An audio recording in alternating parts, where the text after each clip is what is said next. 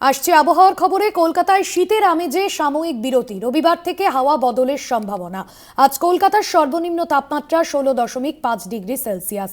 পশ্চিমী ঝঞ্ঝার প্রভাবে বৃষ্টির পূর্বাভাস। রবি ও সোমবার দক্ষিণবঙ্গে আংশিক মেঘলা আকাশ, বৃষ্টির সম্ভাবনা। শাশ্বতী রায় আমাদের প্রতিনিধি রয়েছেন ফোন লাইনে। শাশ্বতী, পশ্চিমী ঝঞ্ঝার কারণে সেক্ষেত্রে শীতের আমেজ থেকে কিছুটা হলেও বিরত থাকতে হচ্ছে বঙ্গবাসীকে, কি জানা যাচ্ছে হাওয়া অফিস সূত্রে? একেবারে এর প্রভাব পড়তে চলেছে শীতের তাপমাত্রায় এবং আগামীকাল থেকে তাপমাত্রার পারদ কিন্তু ধীরে ধীরে ঊর্ধ্বমুখী হওয়ার সম্ভাবনা আছে এবং সোমবার পর্যন্ত লাগাতার তাপমাত্রা বাড়বে। তারপর কিছুটা হলেও এই পশ্চিমী ঝঞ্ঝার প্রভাব কাটলে শীতের আমেজ ধীরে ধীরে পড়ার সম্ভাবনার কথা জানাচ্ছে হাওয়া অফিস।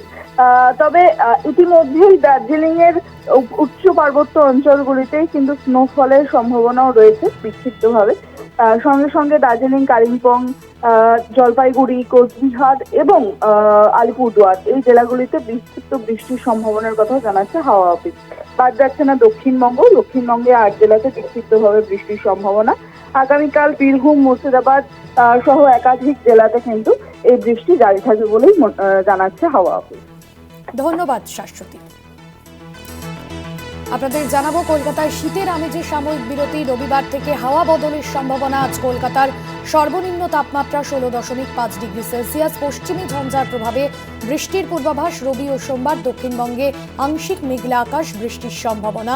সোমবার মুর্শিদাবাদ, বাঁকুড়া, বীরভূম সহ একাধিক জেলায় বৃষ্টি। শনি থেকে সোমবার পর্যন্ত পার্বত্য এলাকায় বৃষ্টির সম্ভাবনা রয়েছে।